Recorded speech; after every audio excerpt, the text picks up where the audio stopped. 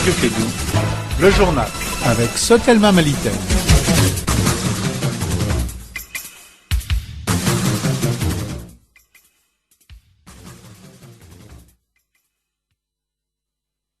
Candidat de la République du Mali au poste de la présidence de la Banque africaine de développement en la personne de Birama Sidibé, l'annonce a été faite hier par les porte-parole du gouvernement.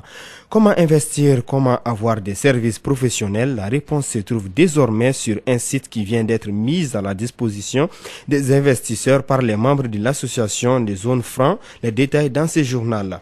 Face à la maladie de la grippe aviaire qui inquiète le Burkina Faso, compte tenu de la proximité de Sikasso avec ces pays, des dispositions sécuritaires sont prises pour épargner les populations du Kénédougou. C'est tout pour les titres, le développement dans un instant avec Aounaba.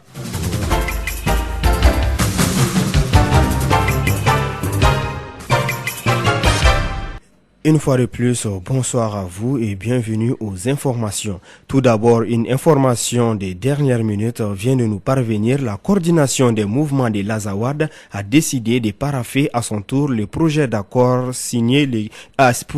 paraffer le projet d'accord pour le 15 avril prochain. Le gouvernement malien et les groupes armés du nord du pays avaient déjà paraffé les 10 documents le 1er mars dernier.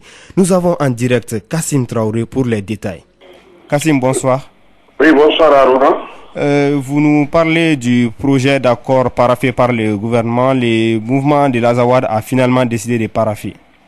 Oui, l'information est venue d'Alger. Vous savez que cela fait quelques semaines que la coordination du mouvement de l'Azawad, ce qu'on appelle la CMA, était en Algérie pour voir comment ils peuvent apposer leur signature sur ce document l'accord pour la paix au Mali. En tout cas, l'information est venue de la médiation algérienne. Ce groupe, cette coordination s'apprête à paraffer les documents le 15 avril prochain dans la capitale algérienne. Déjà, le ministre algérien des Affaires étrangères a envoyé des lettres d'invitation à plusieurs délégations pour assister à la cérémonie qui aura lieu le mercredi prochain. Déjà sur place à Bamako, ce matin, le chef du gouvernement, le premier ministre Modibo Keïta, a réuni la classe politique, opposition, majorité, plus la société civile pour partager l'information avec eux.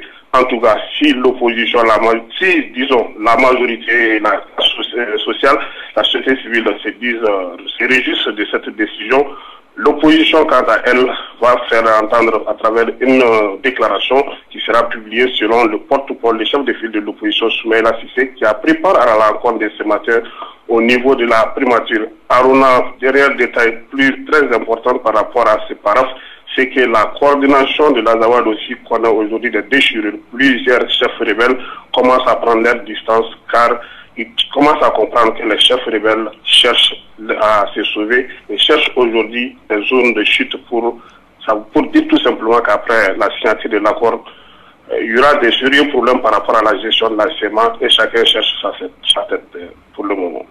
Merci Kassim Traoré pour toutes ces précisions. Tout d'abord, la coordination des mouvements de l'Azawad a décidé de paraffer à son tour le projet d'accord le 15 avril prochain.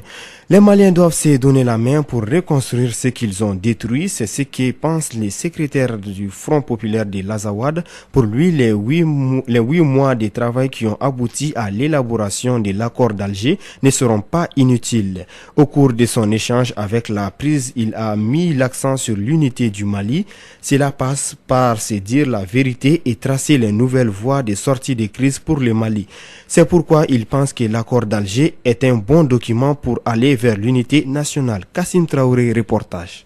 Cela fait quelques mois qu'il a quitté le MNLA pour être dans la plateforme. Il est le premier à rejoindre les loyalistes avec armes et bagages. Il s'agit de Hassan Mehdi, connu sous le sobriquet de Jimmy. Il est le secrétaire général du Front populaire de l'Azawad, FPA. Les motivations que j'ai aujourd'hui sont celles d'aller vers la raison, sont celles d'accompagner ceux qui veulent ces peuples. Je n'en disconviens pas quand des gens ont des raisonnements, quand ils ont des amendements par rapport à des documents. Mais l'appel que je lance aujourd'hui, c'est celui d'aller vers l'avant. l'avant. Aujourd'hui, vers l'avant, c'est de dépasser ces stades de stagnation qui ne permet à personne d'aller vers l'avant. Et sans exception, le Mali a besoin de tous ses enfants, de tous ses fils, qu'ils résolvent ses problèmes et qu'ils rebâtissent ce que nous tous nous avons détruit. En 3 ans de crise, il y a eu des réfugiés, des déplacés à gérer, des combattants qui sont fatigués, tout comme ceux qui sont venus aider le Mali à sortir de cette crise. C'est pourquoi l'accord d'Alger est une bonne piste vers la paix. Il est bon aujourd'hui, pourquoi? Parce qu'il doit sauver des millions et des millions de personnes. Il est bon aujourd'hui parce que c'est notre problème. C'est nous qui devrons savoir s'il est bon, parce que c'est nous qui en souffrons. C'est cette communauté qui souffre, c'est ces réfugiés qui souffrent. Tout le monde va aller d'abord vers la raison. La raison aujourd'hui, c'est quoi? C'est essayer de redevenir soi-même. Parce que nous nous sommes retrouvés éparpillés, découpés par tranches, des coordinations, des plateformes, un gouvernement. Or que c'est un État qui est là, qui a besoin de se ressouder, se compléter. Tous ses fils, sans exception, doivent se sentir de ces pays. Hassan Mehdi reste confiant en l'avenir du Mali, à condition que les Maliens se disent la vérité, s'unir autour du Mali. Ce qu'il y a lieu de faire aujourd'hui, c'est de se dire d'abord la vérité. C'est la dire individuellement. Aujourd'hui, il faut que le pays soit rebâti. Et il ne va être rebâti qu'avec ses fils soudés. Il faut que les gens se comprennent. Il faut qu'ils arrêtent de se chamailler. Il faut qu'ils arrêtent d'éviter de se parler. Il faut qu'ils se mettent la main dans la main. Ils serviront d'un bloc le plus solide. Aujourd'hui, ce pays peut constituer l'armée la plus forte du monde. Si ces fils se retrouvent, ils se disent la vérité et que chacun d'eux se sente malien. Et à partir de cette étape-là, nous ferons tous face à tout ce qui va essayer de détruire ces pays. Le secrétaire général du Front populaire de l'Azawad reste optimiste, même s'il sait qu'il y a beaucoup d'autres ambitions sur la route vers la paix. Merci Kassim Traoré. Sur un tout autre décor, les ministres de l'économie numérique, de l'information et de la communication, porte-parole du gouvernement Choguel Koukala Maïga, a tenu hier un point de presse pour présenter les candidats de la République du Mali au poste de la présidence de la Banque africaine de développement. Un homme qui, selon les ministres, a toutes les compétences pour amener les bateaux de la BAD à bon port. Aminata Diallo a suivi la conférence pour Clédou Info. Le choix du gouvernement pour représenter le Mali aux élections présidentielles de la Banque africaine de développement, BAD, s'est porté sur Birama Sidibé. Selon Choguel Maïga, ministre de la Communication, porte-parole du gouvernement, ce choix est bien justifié. Le Mali a décidé de présenter un fils du pays pour être candidat. Pourquoi? D'abord, le Mali est un pays fondateur de la BAD. Parmi les hauts cadres africains qui ont rédigé l'acte fondateur de la BAD, nous avons un Malien, Sékou Traoré. Donc pour dire que non seulement le Mali est membre fondateur, mais le Mali a déjà eu des cadres qui ont exercé au sein de la BAD. Et Birama lui-même a fait près de 20 ans au sein de la BAD. Il est un expert des questions de développement à la renommée bien établie. Il doit cette réputation globale à sa contribution exceptionnelle aux objectifs de croissance, d'innovation, d'efficacité au service de la Banque africaine de développement. Birama Sidibé, vice-président de la Banque islamique de développement. Est-ce que quelqu'un qui n'a pas reçu l'expérience peut diriger une banque de développement? Une banque, ça veut dire que si vous ne gérez pas bien, vous mettez la clé sous le paillasson. Parce que les gens ont mis l'argent peut se perdre. Le développement, c'est de servir les objectifs de ceux qui vont créer. Moi, j'estime que j'ai accumulé suffisamment d'expérience. L'expérience est bonne conseillère, mais aussi que je rêve dans ma tête de trouver d'autres modèles pour une Afrique.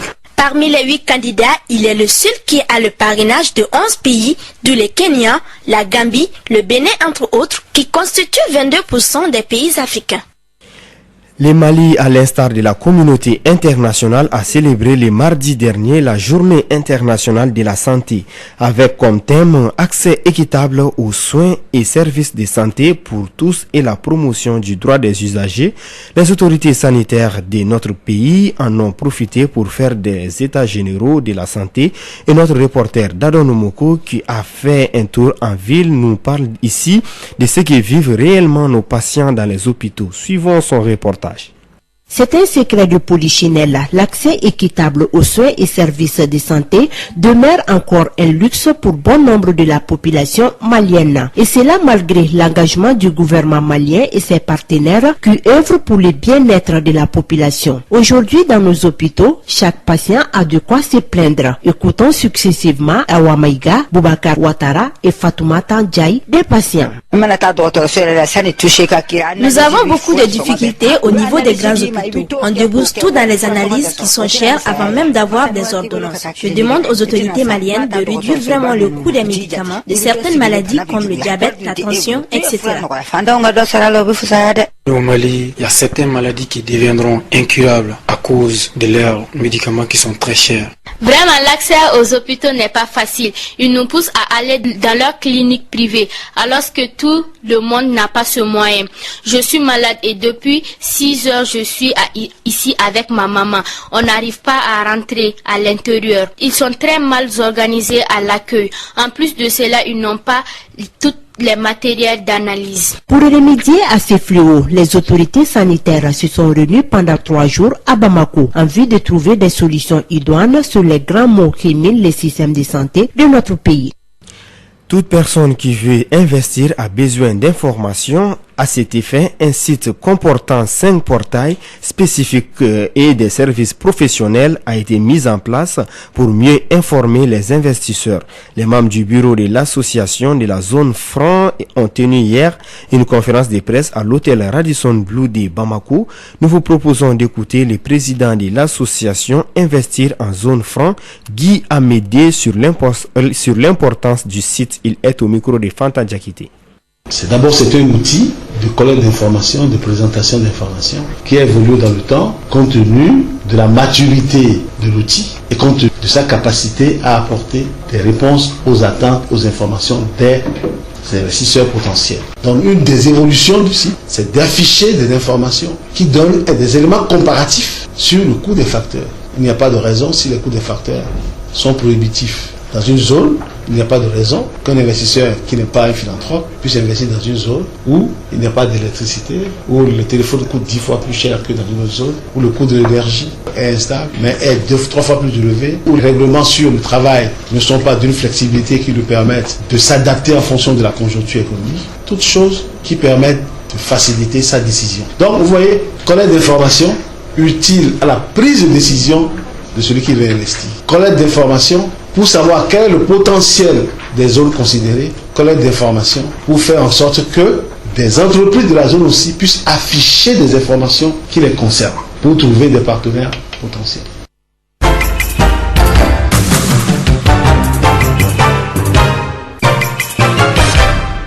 Face à la maladie de la grippe aviaire qui inquiète le Burkina Faso, compte tenu de la proximité des Sikasso avec ces pays, des dispositions sécuritaires sont prises pour épargner les populations du Kénédougou. Le gouverneur Mahamadou Djabi est au micro de Zoumana Traoré. En réalité, nous sommes très proches du Burkina, nous avons une longue frontière avec le Burkina, je veux dire le Mali, mais particulièrement la région de Sikasso aussi. Nous ne pouvons pas dire que nous sommes à l'abri. Donc c'est pourquoi nous ne pouvons pas dire qu'il n'y a pas de risque, mais ce qui est important, c'est de prendre les dispositions pour minimiser ces risques. Monsieur le gouverneur, quelles sont les dispositions sécuritaires pour épargner les populations? Depuis que nous étions au stade de suspicion, parce que nous avions l'information depuis que le Burkina était en phase de suspicion, ils n'avaient pas encore eu les résultats de leurs analyses, donc nous avions pris les dispositions au niveau de la région. Comme nous avons une réunion sécuritaire chaque semaine, au sein de cette réunion sécuritaire déjà nous en avions parlé. Nous avons fait venir le directeur des services vétérinaires qui nous a tout expliqué, les tenants et les aboutissants. On attendait la confirmation et dès que nous avons eu la confirmation, nous avions déjà un comité régional d'éveil des épidémies, et particulièrement de la grippe aviaire qui avait quand même sévi encore un peu au Burkina il y a quelques années. Donc nous avons réactivé ce comité d'éveil au niveau régional, mais au niveau de tous les cercles. Et donc nous avons pris les dispositions au niveau des frontières, avec les services vétérinaires, bien sûr, les agents qui sont sur le terrain, au niveau de toutes nos portes d'entrée. Donc nous avons au jour d'aujourd'hui des agents des services vétérinaires qui sont là au niveau des postes de contrôle, aux côtés des services de sécurité.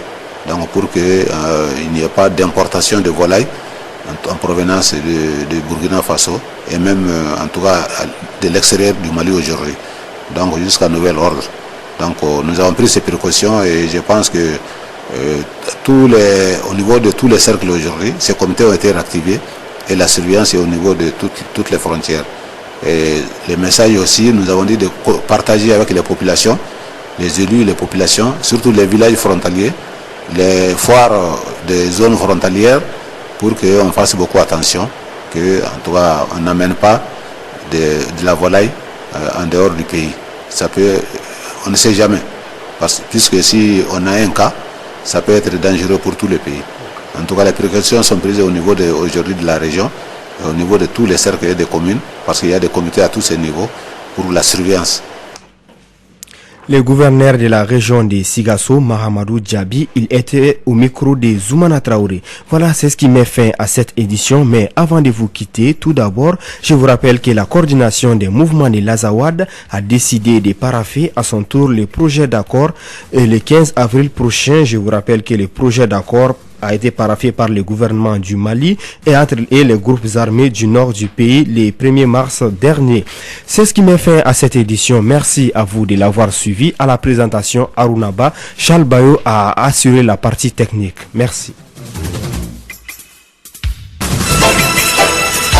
Radio Kédou, le journal.